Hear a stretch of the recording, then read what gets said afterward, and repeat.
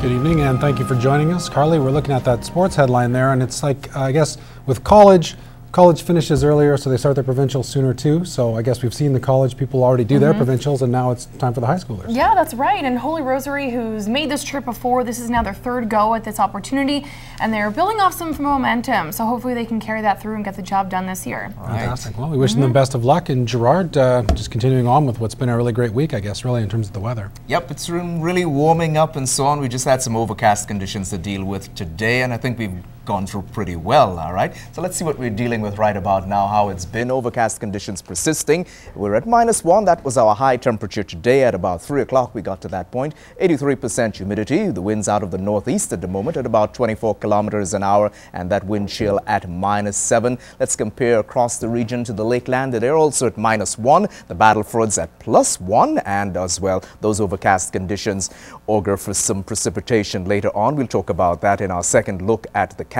Meantime, Jacob, it's back to you. RCMP in Lac-La-Biche are investigating what members now consider a homicide.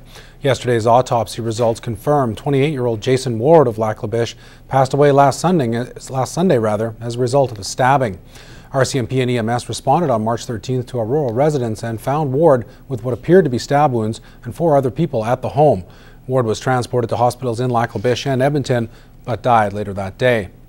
RCMP say the investigation continues and ask anyone with information to contact the Lac-La-Biche Detachment or anonymously to Crime Stoppers. This week, the Alberta government announced a change to their foreign worker immigration policy. Skilled temporary workers can now apply directly to the Immigrant Nominee Program instead of having to go through their employers.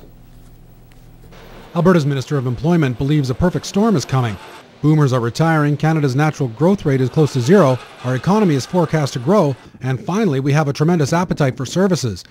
Streamlining the process for foreign workers to attain permanent residence should help the province weather the next decade and beyond. Our primary focus always will be on Albertans and Canadians, making sure that they have the skills and the first ability to take the jobs that are available. But at the end of the day, we know that we will be short many workers in all skill sets. Sometimes employers that do recruit foreign workers get some negative feedback for not hiring Canadian, but they must first prove that they're able to get the workers they need. Not all of the jobs and skilled employees that we're looking for are readily available. So in our Lloydminster communities, our employers have gone out and sought temporary foreign workers. Having the change in the program will allow them to be able to invest in their employees long term. The number of foreign workers brought in is set by Ottawa, and this year 5,000 can be nominated. Another goal of the policy change is making sure the right people with the right skills get those nominations. But our economy is intricately interconnected, so there will be benefits in all employment sectors. If our hotels are able to provide the services for retail and hospitality so that they can support the oil field and oil production work that's going on, it's just a big circle. And if everybody can support by having the employees available and resources available, then we'll all benefit in the long term. And they do mean long term. Ultimately, the goal is to ensure that there's less rotation of workers. There must be foreign workers, and it's better for all involved if they're able to stay more easily. Much rather prefer to have someone that meets the criteria just stay here, perhaps, and become a Canadian, invest in our economy, buy cars or houses here, as opposed to be here as a guest worker and keep sending remittances back home. Employers interested in seeing how the process can affect them, or people interested in designated trades, can call the number or visit the website on your screen. The Lloydminster chapter for the MS Society is encouraging Border City residents to come out for their annual walk on April 16th. Their goal is to raise $190,000 this year, and with the number of participants dwindling compared to previous years, they're going to need all the help that they can get. Kathy Lee had a chance to sit down with one MS Walk participant who's been involved in the walk for 7 years. Yeah. Do that again. Karen Weber remembers the day her life changed forever.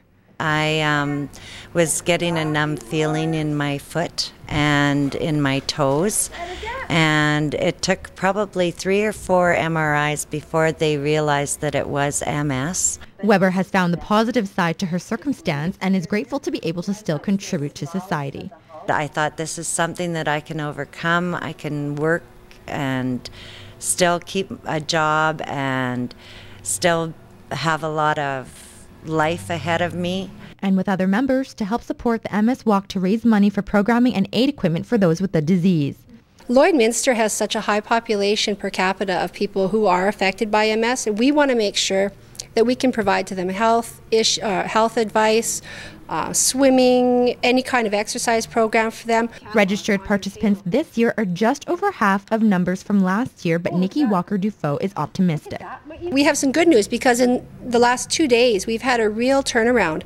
We've had about 42 people come forward and register just in 2 days. So now we're about par with what we were last year. And that's very exciting because I was very worried that we were going to be low on numbers. She says changing the date of the walk earlier and bad weather could be the reason for the decrease in numbers. I said myself, you know, I go to work and then I go home and I hide my house. It was minus 40. I think that that was a big effect. Nobody wants to be going door to door asking for pledges when it's that cold. But for Weber, cold temperatures will not stop her from fundraising. I encouraged other businesses around downtown to challenge them to see if they could earn as much money before the walk as we did. Kathy Lee, Newcap News. Soldiers at CFB Wainwright literally brought out the big guns this week. Today they're finishing a .50 caliber machine gunner's course. The qualification isn't mandatory for all soldiers, but as Whitney Stinson reports, more than 20 men jumped at the chance to become certified on this powerful weapon. For most of these soldiers, this is their first time firing the .50 caliber machine gun. It's actually a good, I've got a good impression. It's a good feeling. You can actually feel it right through you when it fires. On the range, each gun requires 3 soldiers to effectively operate it. 1 to fire, 1 to guide the ammo, and the gun controller is the one in charge. He designates which target to shoot and the rate of fire. Number 1 gun, rapid fire! In the field, this is ideally how every one of these machines is safely operated. The number 2 may get what we call tunnel vision and may not see exactly when targets of opportunity arise. Or he may be focused on one target and a more dangerous target arises. Release! Release! This is a mandatory course if you're a combat arms soldier, but here, there's a mix of jobs that don't require gunner courses at all. We're soldiers first in the Army, whether you're a cook, a supply tech, like I said, a clerk, whatever. So you never know what's going to happen if you're in the field of theater or anything. So I guess being soldier first, you got to hone your skills and everything, so it's actually pretty important. The soldiers have to be prepared to shoot in all different types of conditions, and night shooting is part of the course. The paraflares light up the area. They practice with and without this help of light. They can't see the targets. So what we do is we do what's called a mark and record.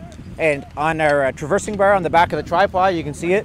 It's got a scale, I guess, a numbered scale so that they can, in the daytime, they'll record targets or record areas of interest.